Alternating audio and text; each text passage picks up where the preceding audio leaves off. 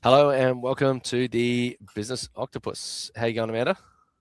Fabulous. And yourself, Avon? I hear you're famous these days. Well, I did get spotted in the wild, and it's happened more than once. So it's starting to come about. And I think, realistically, what we wanted to do was just talk about it in how people who are generating content. I know there's a million people out there saying, oh, you got to do this every day, you got to do that, 5 posts a day, but what does it look like in real life for someone who's not like, a senseless sycophant? I'm just consistent. Like that's my only sort of thing is I'm not as particularly good, and you are particularly good on social media. Yours is interesting. Yours has more of a story. You have more energy. You're more entertaining than I am. So I guess let's just deconstruct whilst it's sort of becoming a reality for us. Maybe like I guess a bit of a look over the shoulder on what it's like in the process of sort of becoming known. What are you? What's your sort of claim to fame at the moment? So for me, seeing traction has been a couple of things. People that have never interacted with my content, never commented, never said anything before. I caught up with a guy randomly that I used to be in a mastermind with last week, and he said, "Oh my God, Amanda, I love your content. Keep going. It's amazing." And I'm like, oh, I don't think, and because I met him in a different environment. I'm like, I don't think we're friends on Facebook. I don't think we're connected on LinkedIn. I'm like, how are you seeing it? And it's just he just purely just hadn't interacted with anything. So the first thing I'll say is, don't get caught up on vanity metrics. Don't get caught up on the likes and the comments, and just if you're creating great content, the right people will find you and the right people will be talking about you. So the same guy said that he had told one of his colleagues about what I was doing. Whether that eventuates, the fact that people are talking about you, they're able to articulate what you do well, because I fact checked him on that. I was like, oh, what did you say to your colleague? And I was like, cool, messaging is landing. Amazing. So I'm empowering other people to talk about what we do as well, which is awesome. So there's that piece of it. And then also just out and about at networking events, people saying, oh, Amanda, I see your videos, and I have no idea who they are. So, but you can take that one step further, can't you, Avon?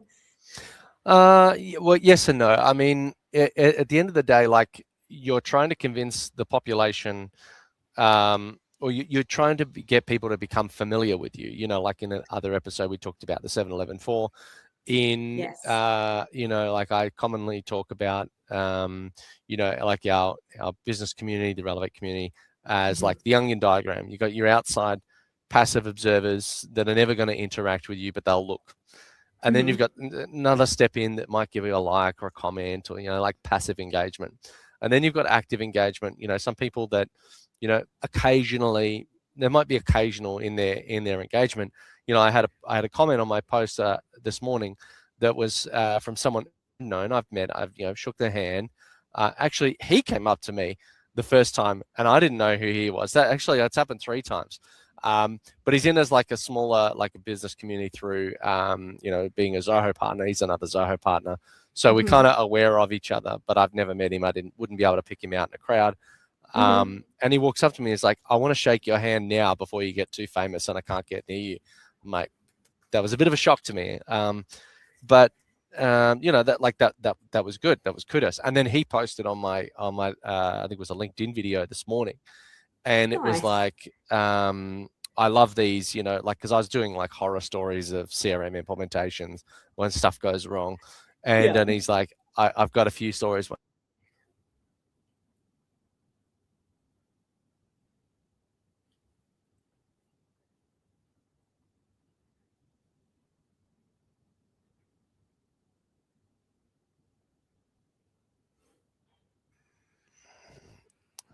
Are we back? Internet's a bit dodgy. Yes, that's all right. So I was saying that there was a bit more of a conversation, and so instead of it being like they're over there and I'm over here. We're actually engaging. And then you've got your inner circle where they're very actively engaged, and you will maybe meet you regularly or something like that. So the idea is to get more people towards the innermost sanctum of your onion diagram. And it can happen a number of ways. Like, it's just about exposure time. I've had other clients that have gone and after the fact, so they found out about our business. We booked a call. I shared a link. They watched all the videos. I walked in. They knew me by name. They ushered me into the boardroom, sat me down, asked if what they could get me, and then they couldn't wait to listen to what I had to say. Instead of arms crossed, all right, you're here to sell us something, their guard is up. It was completely the opposite, and that was really, really good. So I think it could be really, really valuable to spend the time on getting famous, and you don't have to be that amazingly famous. Like, I am so minorly famous, just enough to be recognized, and for someone to go, I would choose to work with the person I feel like I know, instead of that other person over there, which I have no idea who they are. That's it. So and I think, just want to come back to what you were saying before, Aben, consistency. So you can't do it based on whether you feel like it that day. You can't do it based on, suddenly I need leads to come into the business. You can't just do it as you wish. You need to be consistent. You need to show up all the time, and it has a compounding effect. Otherwise, just don't bother. You have to be consistent. But if you make a video and you don't get a like, don't be surprised. If you make if you get like 3 views, don't be surprised. Like my early videos on YouTube, 2 likes, 3 likes. Same now. Like because I've kind of like ticked the box. I think successful on YouTube. I'm starting to work on all the podcast channels and Instagram now. I've never really done much on Instagram, so I'm pretty much starting from zero. And all of my episodes, I've probably got hundreds of hours, and thankfully I can repurpose a lot because I've worked a lot on one medium. I can easily just sort of redo it over there. But the value of it now is I know that the hours of effort are coming to fruition. Even though I've only got less than 1,000 plays on my podcast, I know that that's about 20 hours or 30 hours worth of people consuming my wisdom, guidance, knowledge, whatever you want to call it, opinion. Like, these people are consuming that and building relationship with me, whether they know it or not. And at some point, it's like, we were talking about the billboard before the call, and I know a lawyer who spent $16,000 and he had this billboard. He moved it around 6 times, and it was probably about a month's worth of exposure. But the tagline was, where there's a will, there's a relative. And the problem was, he's one small dude. No one knows. No one cares. The only reason you have a billboard is to maximize that visibility. When you've already got some traction, when you've already got some momentum, it's not going to work for you. Radio.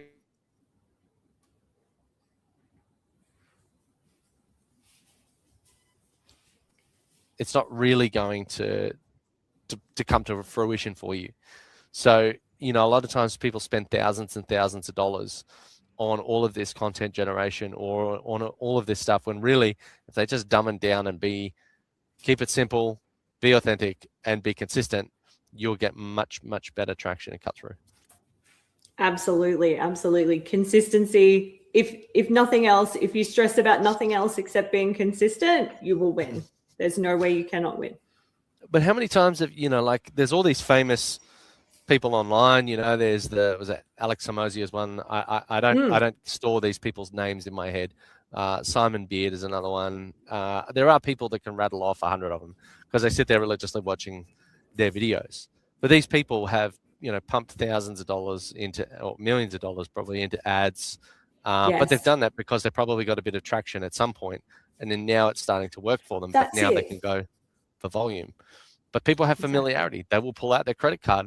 They will go to their website and they'll pay, anywhere between $200 and $200,000 in some cases, because they feel they've built a rapport with this person they've never met. Absolutely. That's it. There's a story that one of my mentors tells. So the short version is she watched, I forget the gentleman's name, master copywriter, but she watched all of his videos over the course of say 18 months. She wasn't Ryan on Dice? his email list. Sorry. Ryan Dice? No, is it Dan Different Henry? dude. I feel like, is that the name? I don't It care. doesn't There's so matter. many names. Yeah. I know, there's too many names. The point was, so she watched his video content, right? Didn't join his email list, didn't like, didn't comment, didn't do anything. Then he went out and bought himself like a yacht. And he said, I'm inviting 10 people for 10K a piece to come and hang out on my yacht. Who wants to come? She messaged him. She said, yeah, I'm going to come and hang out on the yacht. She, Venmoed him 10K just like that because she had that trust and rapport with him just by watching his videos. But apart from that, she'd never consumed any of his other content and didn't know him in the outside world. So like that to me is a fascinating case study on how this actually works. Well, probably, like there's the conscious and the subconscious. So like we were also saying before, like you may have watched a video or seen a TV ad, and there are some that get in your brain. There's some jingle or something you just cannot get rid of.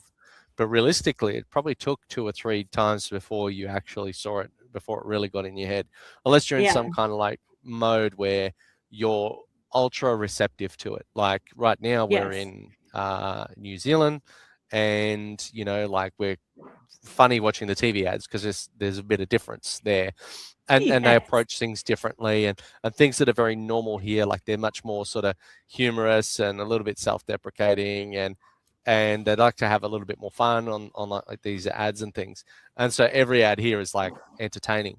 But that like we're ultra receptive to the ads. Like most people every day don't really care. They want the show that they want to watch. Like the people that live here every day, or even in Australia, I probably ignore most of the ads that come through.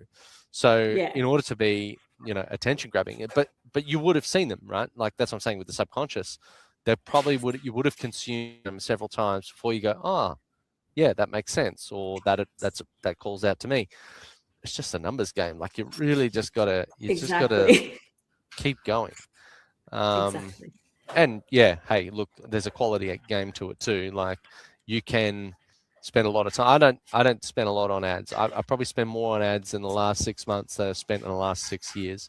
So I think that yes, now we're starting to get on that track, and maybe some of that might start to go a bit harder, but everything we've done to date has been organic. And so getting recognized, I would say we mostly create content for the people we already know. Like you, that person that you already met at a mastermind, seen your content, and then comes back to you raving about you, years later. That's probably where the value is, because those people are going to talk. Those, like that person that recognized me, never going to do business with me. I'm never going to do business with them, but they know of me. And the next time that conversation comes up, as you sort of rightly called out, that they are going to say, oh, there's this dude I know. Yeah, I know a guy. Check out his channel. Yeah, I know a guy, right? Those interactions are great. I had someone, they've pretty much already signed themselves up to a $50,000, project because someone else has worked with us before and they referred them. And they're like, oh yeah, when can we start? It wasn't like how much or, what are we going to do? What can you help us with? It was like, when can we start? Such an easy conversation. Makes the sales process just a dream, right? Yeah. Or that the one where, like they took me through the office, everybody knew my name. That was a 100K project. They signed off. They didn't have any questions. They just, we talked about the staging of it and how they could afford it. It was never like, do it cheaper. Like we don't overcharge, we do a fair day's work for a fair day's pay, but at least, the conversation was a lot smoother. It was a lot easier. It was a lot more fair. They felt as though they could trust us. So whereas other people, they might be measuring us in different ways, or, the other guy promised that it was going to be, $1,000, but then, they would discover quickly that there'll be this add-on and that add-on, and then they'll probably spend all this time and money going down the wrong path, which, one of our other potential clients has done and they regret. So Right. they can come back and we'll chat again. But Yeah. this is the conversation you can have in advance as well. Is half of your sales questions you can answer before you get into the sales conversation. Exactly. All of those objections, the usual, like you can create content about how your process works, what to expect when you start working with us, all of those things. You can cover that in the content you're creating and putting out to the world. And if you're worried about, you know, the IP of that or something, you know, first of all, don't, you know, like, no, I think that's a little bit, you know, closed-minded. You're going to get more by going more public. If you're really worried about it and you had like a process, you're going to tell your customer at some point anyway, or they're going to discover it. So put it in a playlist, even if it's unlisted, that no one else can sort of see it. Yes. Just share it to them as soon as you're at a comfortable point with the client. Just and maybe 1% of the people that you send a link to will actually watch it, but that 1% will go faster, and that 100%. Will, you know, reduce the loss and risk and problems. Yeah, absolutely, and everybody wins. Yes. So, how do you get famous? What's the wrap on that?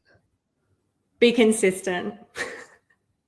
Show up in multiple places. Talk to people. Have a conversation. They're going to talk about you. Yeah, exactly. Include them in the conversation. You know, like podcasts are a funny thing where you literally sit between someone's ears, and if you make it like it's a, you know, that they're in a room, they're at the table, maybe they're not talking, but they're there, and they're part of the conversation. If it looks like a, you know, a presentation that you're trying to get out, or you're trying to, you know, hit a certain number of points and topics, and, you know, step 1, do this, step 2, do that. It's not going to land as well as the ones that are literally just, you know, on touch with a microphone. Those are the ones that tend to cut through, and that people will sit down for 2 or 3 hours. So you can just have a generally cool, calm conversation, you know, like we do, without it being too onerous, too presentation mode. And then the people get it. They're like, oh yeah, I hear you, I understand you. They don't feel like they're being pitched to or sold to. Exactly. Spot on. And there's a lot of value in not just conversation, but storytelling as well, which, you know, the great or the better podcasters, the ones that are the most prolific, are great at telling a story and putting that together in a narrative. So storytelling, conversation, my friends. That's it. Well, I think we like to keep these relatively short, sharp, and snappy. I've got a helicopter to catch, so I might I might catch up with you, and you stay classy.